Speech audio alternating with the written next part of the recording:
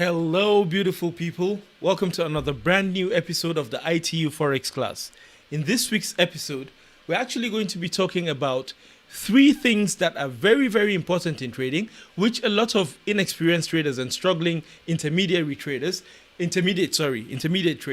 tend to struggle with a lot, because understanding these things is very crucial to your profitability in trading. Okay, so the first of the three, or let me quickly just give you a brief rundown of the things we're going to be talking about, which is the spread, swaps, and slippage. Okay, so we're going to be talking about spreads, swap, and slippage. Now, these three things I just mentioned, they're actually the costs you incur, or at least the first two, they're the costs you incur in normal day-to-day trading activities. Okay, because when you're trading the market, you're obviously going to be doing that, the spot forex market that is, you're obviously going to be doing that through a forex broker. Okay, so that forex broker is actually providing you a service where he is acting like the intermediary between you and the spot forex market. Okay, so assuming this is an A-book broker, an A-book broker simply means a broker who, when you place a trade, he actually places that trade on your behalf in the pool of trades in the main market, the spot market. Okay, but there are B-book brokers, which are brokers who are actually going to take the other side of your trading position. So, for example, when you place a buy trade, the broker, if that is a B-book broker, he's actually going to be selling that instrument to you. And so he's taking the opposite side of your trading position. And most of the times, the problem with B-book brokers is that there's a conflict of interest. Because when you make money, they lose money. And when they lose money, because they're taking the other side of your trading position, you are obviously going to make money. And so most of the times, because of this conflict of interest, B-book brokers tend to be sketchy, tend to be unethical most of the times. And that's one of the reasons why when you're looking for a broker to trade with, you want as much as possible to find a broker who is going to be an A-book broker, who is going to pass your orders directly to the market. Okay, and I know some of you might be thinking, okay, why in the world will a broker take the other side of his client's trading position? And the answer is pretty simple. When you look at the stats of the trading industry, you just see how much of a good business that is for them. So what do I mean? If you have been in the industry for a long time, you've probably come across the stats where you'd hear traders saying that 90 up to 95% of traders who trade the spot forex market lose money in the long run. Okay, and so this particular stat, brokers tend to see it firsthand because they have access to your back end. When traders are placing those trades, they're doing that through a brokerage firm, and more often than not, brokers see the amount of money that traders lose to the market by doing that.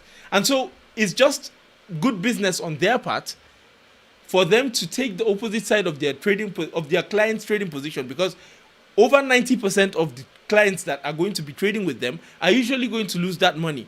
And so if they were to pass the trades to the liquidity provider, obviously they would be doing the service which they are recommended to do. But if they don't do that and they often take the opposite side of the trading position of their clients, when the client loses that money, they are the ones who are going to be banking that money. And so it's good business for them. Okay, the 90% losing majority of traders lose money, and so the broker actually makes that money that the clients lose. And that's the simple reason why brokers, especially B-book brokers, take the opposite side of their trading position, because if they know 90% of their clients are going to lose money, I mean, it's a no-brainer to just take the opposite side of their client's position. And so they just, the measly 10 or 5% of traders who are going to make money, they are just going to take from the money that those clients who lost are going to lose, and just pay out or give the profits to those lucky few that are going to be profitable. Okay, now that aside, in a normal ideal world, okay, the service that forex brokers render to their clients in a normal world, where we are assuming this is an ideal world where brokers are not acting in in their own best interest and against the interest or wishes of their own clients. In a normal world, those brokers are usually going to charge their traders by three things. The first is spread. So, what is spread? Spread is simply the difference between the bid and the ask price of a trading instrument. Okay? So, for example, if the bid price of the Euro USD was 1.1852 as it is now, and its ask price is 1.18522, the spread, as you can see here, is going to be 2 points. And that's one of the reasons why immediately you place a trading position, you're going to see that you're in the negative. The reason is because when you place a trade, you're going to be affected by the spreads. The spread is usually, the cost that you pay for that spread is usually how brokers tend to charge their clients for the service they offer those clients, which is in this case serving as an intermediary between the client and the spot forex market. Okay, so they are taking your orders, and in an ideal world, like I told you, they are not doing any B-book shady thing. They are taking those orders that you're placing and they are passing it through to the live markets. Okay, but that's not the only way that brokers charge their traders, okay, for the service they provide for them. Some brokers charge spreads alone and they don't charge commission. Now, when brokers charge you spreads alone, most of the times, because they want to be compensated for the services that they are offering you, most of the times, if they are not going to charge you any commissions and it's only going to be spreads, you would notice that with such brokers, their spreads are going to be very wide. Wide in the sense that instead of just charging you a couple of points, okay, 10 points make one pip, obviously. So instead of just charging you a couple of points, some brokers might charge you pips, not even 1 pip or 2 pips, depending on the instrument you're trading. So if you're trading the major instruments, remember we talked about the major and the exotic instruments, and major currency pairs, exotic currency pairs, and the minors and all of that. If you're trading the majors, obviously, because they are part of the most traded currency pairs in the world, their spreads are going to be very tight. But if you're trading the exotic pairs or the minor pairs, their spreads are usually going to be wide. Now, it is not uncommon for brokers who are charging you spreads along with commissions to make it in such a way that the spreads that they're going to be charging you are going to be very tight. Okay? Now, with this particular example that I'm showing you, you can see that the spread for this is only 1 point, and sometimes you might even see that it goes down to 0. This is because this particular prop firm in this example, they are offering you their service, and they are not only charging you spreads, they are charging you commissions as well. And because of that, they can afford to give you, very good pricing or very good costs, whatever the case might be. And this is where you'd hear some traders telling you that they like trading with brokers who offer raw spreads accounts. This is because raw spreads accounts, obviously, or more often than not, are going to give you very, very tight spreads. In fact, with raw spreads accounts or zero spread accounts, it's not uncommon for you to see brokers offering you no spreads whatsoever. It's going to be 0. And then all they are going to charge you is commission for the particular position you're trading.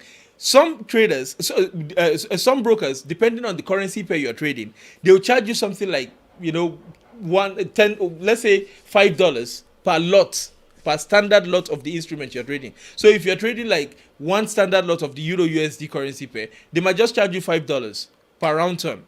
Okay, so when you get into the market with the trading position, they might charge you, $2.5, and if it's $5, when you're closing the position out, they will charge you another $2.5, and that's how they make their money. So these are A-book brokers, and in an ideal world, these brokers are, when you place the trade, they will just take that the trade that you placed and channel it to the live markets. And they're not taking the opposite side of your trading position. And so because of that, there's no conflict of interest between you and that particular broker. And this is one of the reasons why you really need to do your due diligence when you're opening an account with a brokerage firm.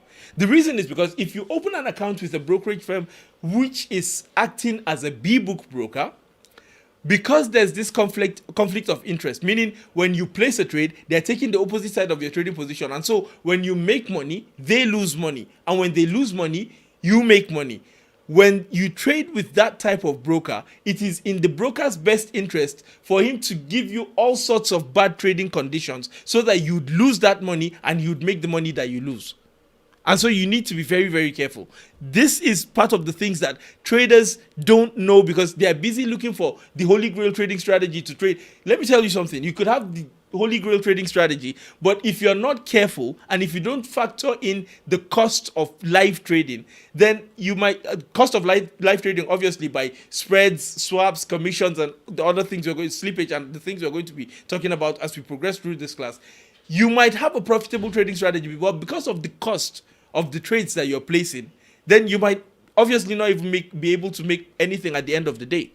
And so you need to trade with a broker who is going to act in your own best interest. You can see that now the spread has gone down to 0 for this pairs, okay? And this is because this broker doesn't mind, obviously it's a prop firm, but the conditions are, because these are the major pairs, are very good. And so you get, very, very tight spreads with commissions along the way, okay? So again, let's do a quick recap before we move on to the next thing we're going to be talking about, which is swaps. Spreads are the difference between your bid and ask price for the instrument you're trading. And this is the way that brokers in an ideal world charge you for the service that they are rendering to you. And this is one of the reasons why immediately you place a trading position, because of this spread, you're going to see immediately you place the position, you're in the negative. And so if you were to close the position immediately, the broker is going to take, that slight difference is how he's going to make his money. And if price was to move against the spread and into profit, you're still going to pay that broker. Whatever happens, whether you win a trade or you lose a trade, that trade that you place, the broker is going to charge you and he's going to make his money. Point blank, period. Okay, so moving on. The second thing we're going to be talking about is swaps. And this is one of the things that a lot of traders don't really understand how it works until they get hit by huge swap costs because they don't understand how it works. So let me give you a quick rundown of what swaps are and how they affect you as a trader. So swap is the interest rate differential which is charged by your broker for holding trades open overnight. This is a mouthful, I know, but when I explain it to you in a layman's term, you're going to understand exactly what we're talking about here, okay? So if you were to borrow some money from a bank, okay, assuming it's not an Islamic bank, it's a secular bank, okay, you're obviously going to, for that money that you borrow, you're going to pay interest along with the principal that you borrowed from the bank, okay, depending on the term and agreements you arranged with them. Okay, so you're not only going to pay what you borrowed, but you're going to pay them interest along with what you borrowed. Now, in the Forex markets, because you're dealing with the live interbank market, the biggest market in the world, when you trade a currency pair, you're basically buying one currency against another currency. You're selling one currency and buying one currency. And so, since this is the interbank market, where you're dealing with this large pool of multinationals and big financial institutions, usually for you to hold a trade overnight, you would have to pay interest for the currency pair you are owning or you're buying, and then you would earn interest on the currency pair you bought, for example. So the difference between the interest you're paying for the instrument you bought or you sold and the instrument you bought is going to be the interest rate differential. And that is what swaps are. Okay? So let me quickly show you an example in action, okay? When you right-click on the charts on your MarketWatch window, in MetaTrader, you're going to see a lot of instruments, okay? So we're going to use this particular Euro USD instrument as an example. So when you right-click on it in the MarketWatch window, you could do this for any currency pair, by the way, okay? Click on specification. Now, this is going to show you a lot more details about the instrument you're trading here with this particular broker. So if you have MT4 installed on your charts and you do the same thing, it's going to show you the instrument for your particular broker that you're trading with. Okay, so in this case, you can see that this is showing us the information about this instrument. It's showing us that it belongs to the currency sector because it's a currency pair. Okay, if you were to check something like gold, I'm pretty sure you're going to get something different. So in this case, let's right click on gold, XAU USD, and right click on it. You can see that the sector it belongs to is commodities. Okay, so going back to Forex currencies, okay, specification, right click on specification. Now you can see that in the number of digits that it has, it's actually denominated in 5 digits. So we have it's down to the pipette. Okay, so it's showing you that, and the contract size is 100,000 euros. So when you're buying or selling one standard lot of the Euro USD currency pair, you're actually transacting 100,000 units of the base currency in the currency pair, which in this case is the euro. Now the spread is not fixed spreads. Some brokers offer you a fixed spreads. For example, if it's fixed, for example, and it's 1 pip or 2 pips or 3 pips, whatever change price does in the market or whatever volatility spikes in the market, that spread is going to be fixed at 3 pips. But if for this particular example is floating, this means it's variable. It's going to keep changing. And you can see that earlier on I showed you it went down to 0, it came back down to 1, now it's at 0. You see it was 2 just a couple of seconds ago, now it's at 1. So this is floating because it keeps changing. The spreads is not fixed. Okay?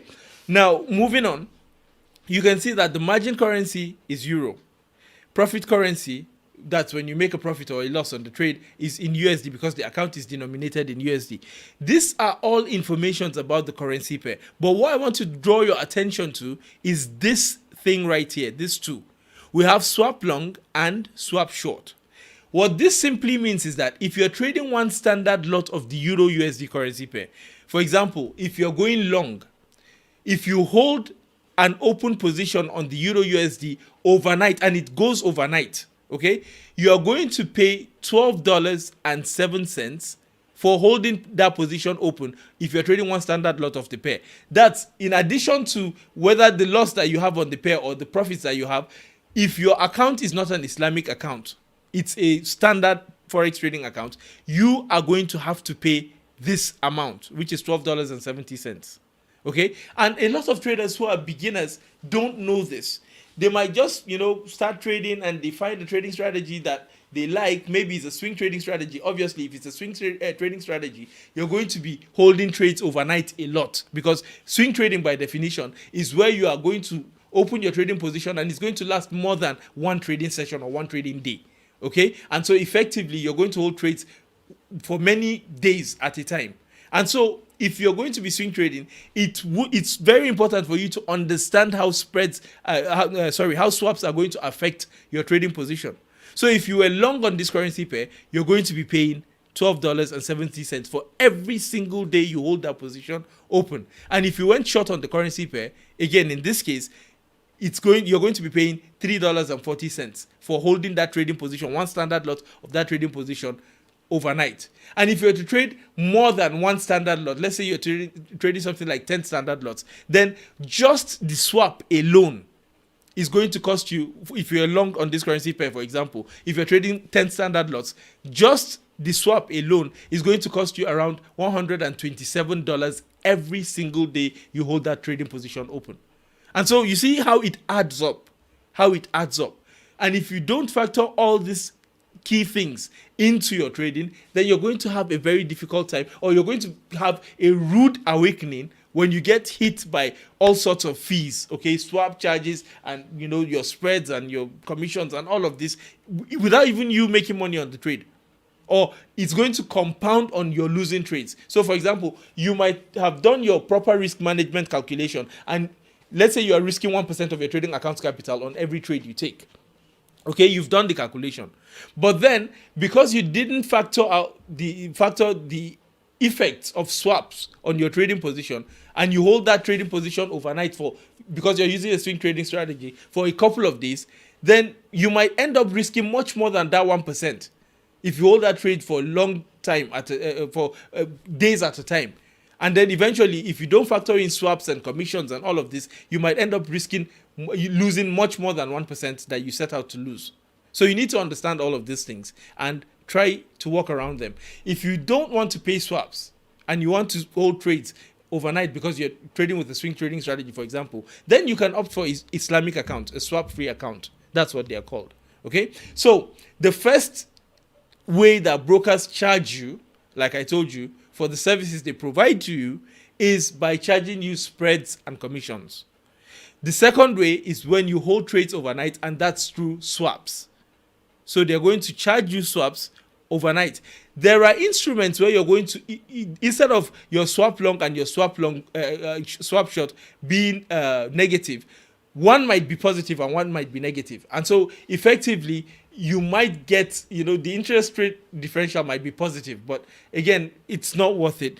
For me personally, I trade with Islamic accounts, and so I don't worry about paying swaps. But if you want to learn more about it, you can Google a couple of videos or check it out on YouTube and learn more about it. Okay, we're just kind of like scratching the surface here so that you understand that these costs actually exist and how to work your way around them. Okay, so the third thing we're going to be talking about is slippage. So how many of you have heard about slippage? Just let me know in the comment section. How many of you have traded the markets or traded on a demo account or just had an interaction with the markets and you've heard about slippage? Before we get your answers, or obviously you could read through the answers of others, slippage is actually kind of like when you get a bad feel in the market. So what do I mean by a bad feel? So for example, let's say you wanted to get into the market and sell this currency pair somewhere around here. Let's say, depending on your analysis, you spotted maybe an order block or whatever the case might be. However, you choose to identify your trading opportunities, long, short, or whatever the case might be. And so when you spotted this opportunity, you decided you wanted to short this currency pair at this particular price, for example. Now, slippage is when you get filled at a worse price than the price you said you wanted to get in at. So, for example, let me quickly show you an example here, okay? Let's say you wanted to short this currency pair in and around this price level, which when I use my crosshair, you'd see that is around the 1.17767 price level. But then, because there's, let's say, right when you were about to enter into the market with the trading position, the market got hit with a big news report. And all of a sudden, there's a spike in volatility in the market.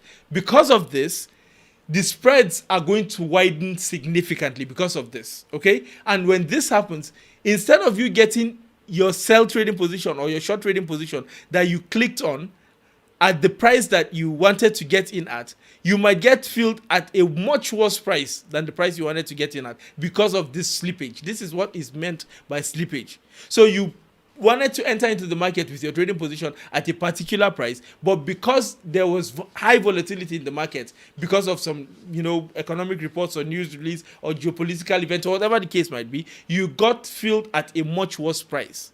Because if you had gotten filled at the price you wanted to get in, then when price moves just a little bit, you're going to be in profit. But when you get slipped, usually you're going to get in. You wanted to get in here, but then you got in somewhere around here, and now price needs to go all the way below that bad fill that you got for you to even make a tiny fraction of profits. And so, out of all of the things that we talked about today, the first two or three, because we said swaps, we talked about spreads, commissions, that's how brokers actually charge you, for the service they render to you. And then swaps, obviously, because you're dealing with the interbank market, you're going to be charged or paid swaps if you're not trading with an Islamic account. This is not actually a charge that a credible broker is going to charge you when we're talking about slippage. Slippage is the result of high volatility in the market. Okay, and so it's not as if when you have slippage is the broker's way of charging you so that they will make money. Obviously, it's not a big broker. That's not the case. Slippage just happens when there's a surge in volatility in the market. And so because of that, because of the geopolitical or economic events that cause that slippage to happen, you're going to get filled at a much worse price than the price you wanted to get filled at. And that's because of, obviously, if there's nothing shady going on, that's because of high spike in volatility and all of that. Okay, so these are the key things that you need to know and pay attention to when you trade with a broker, when you're about to trade with a broker, it is advisable, and this is one of the reasons why most traders don't even know. When we teach them and say, okay, you should find a trading strategy that fits your personality, and then test that trading strategy in a simulated trading environment, and then before going live, find a broker who is ethical, and then place trades through that broker on a demo account to test his platform, to test their platform. Obviously, part of the reason why we tell you to do this is not just because, we just want to make you go through a lot of stress or tedious work before you start trading. Part of the reason is because you want to see how this broker's charges are computed or how they will affect your trading. So you want to see how their spreads are. Is it variable? Is it fixed? Is it high? Is it very tight? Is it wide? You also want to see how much their commissions are, how they charge you for their commissions. You want to see how often you get slipped or slippage affecting the trades that you place. That's part of the reason why you want to do demo. Because in the demo stage, when you're trading with a broker and you notice that it's as if that broker is not an A-book broker, he's a B-book broker, obviously you're going to have a conflict of interest between you and the broker. And so he's going to be giving you bad fills and slippage and extra cost and all of those things that will just make it almost impossible for you to make money. When you do that and you find that out on a demo account, then you've just saved yourself a lot of money. And so you're going to go and trade with a broker who is going to be in line with your goals. And so you're going to work together with that broker without any conflict of interest. But if you don't do all of this, you are going to find out the hard way by losing your hard-earned money to a broker who is unethical, a shady broker, a bucket shop broker, or whatever the case might be. Okay, and so this pretty much brings us to the end of this week's edition of the class. And as usual, before we wrap up the class, I'd like to use this opportunity to invite you guys to test out our trading robots, which are designed to trade on your behalf and get you earning while you're learning how to trade. They're going to find low risk probability trading opportunities on your behalf. Place those trades. If you follow our risk recommendations, they will place those trades for you with proper risk management and get you earning while you're learning before you know what. Okay, so if you're interested, please reach out to us on any of our social handles or drop a comment in the comment section letting us know that you're interested, and we'll be more than happy to assist you and walk you through how to set everything up step by step and get you up and running as fast as possible. And this pretty much brings us to the end of this week's edition of the class. But before we wrap up, a quick recap. Again, spreads are how brokers charge you for the service they provide for you. And spreads are usually the difference between your bid price and the ask price for the instrument you're trading. Okay? Some brokers don't charge you spreads. They give you zero spreads. That's the tightest you can get, but they charge you commissions.